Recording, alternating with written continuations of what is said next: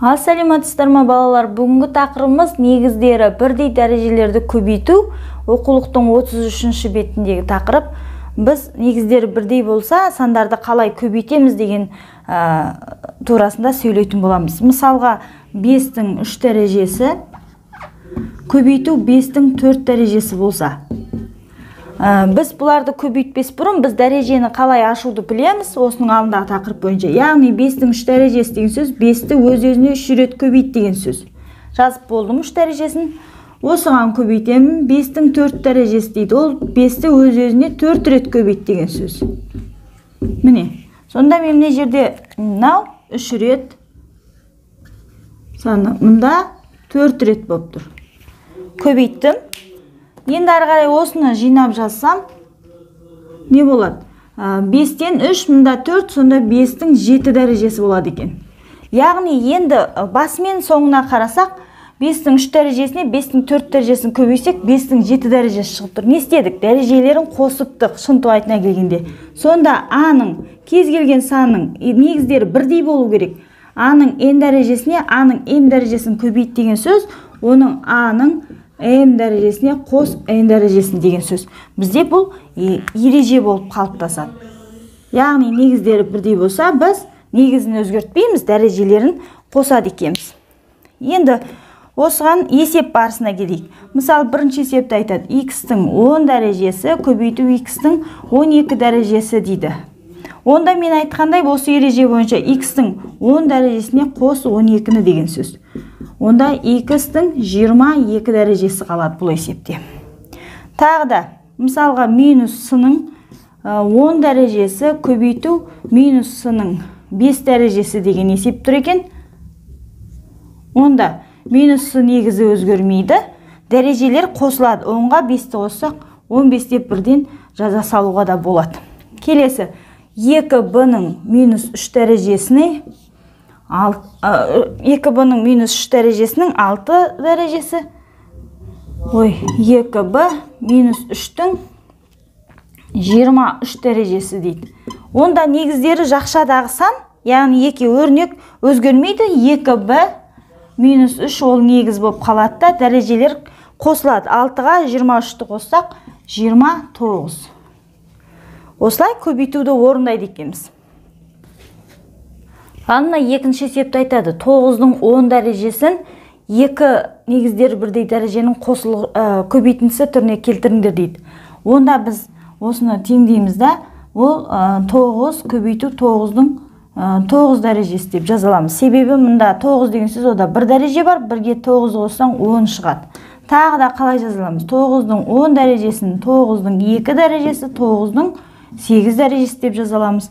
9-ның 10 дәрежесін тағы да 9-ның 3 дәрежесі, 9-ның 7 дәрежесі деп жазаламыз. 9-ның 10 дәрежесін тағы да 9-ның 4 дәрежесі, 9-ның 6 дәрежесі деп жазаламыз. Ары қарай тағы да 9-ның 10 дәрежесін 9-ның 5 дәрежесі, 9-ның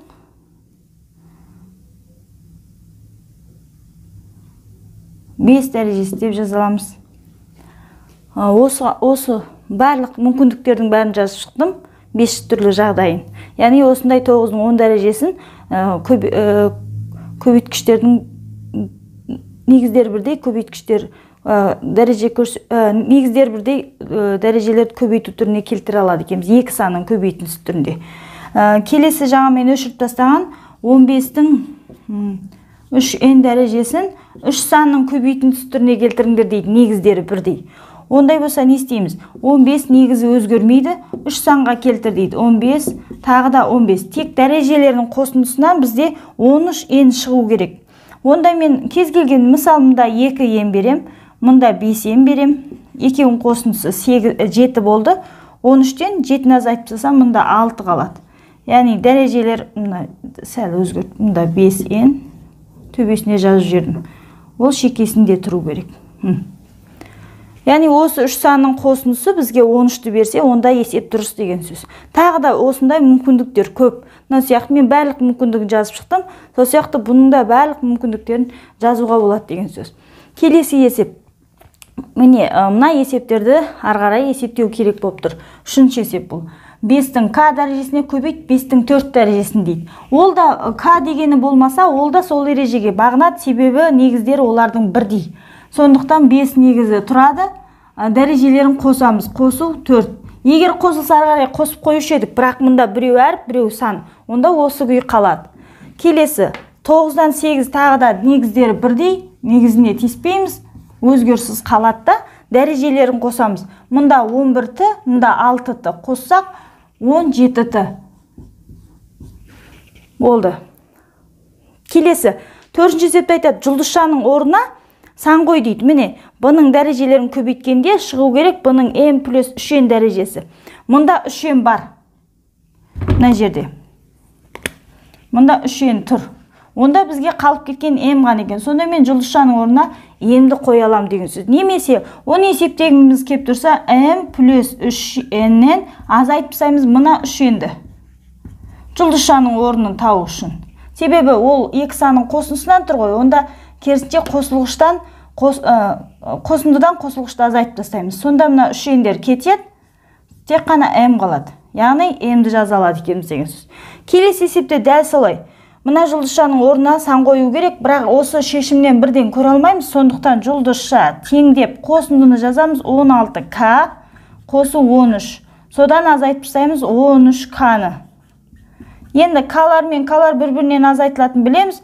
16k-дан 13k-ны азайтсақ 3k қалады. Қосу 13 өзі жазылады. Сол кезде,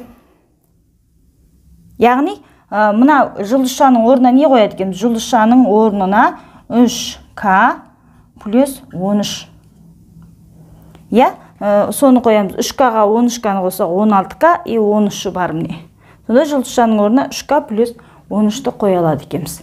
Міне осылай негіздері бірдей дәрежелерді көбейту үшін біз дәреже көрсеткіштерін қосады екенбіз, негіздері өзгеріссіз қалады екен.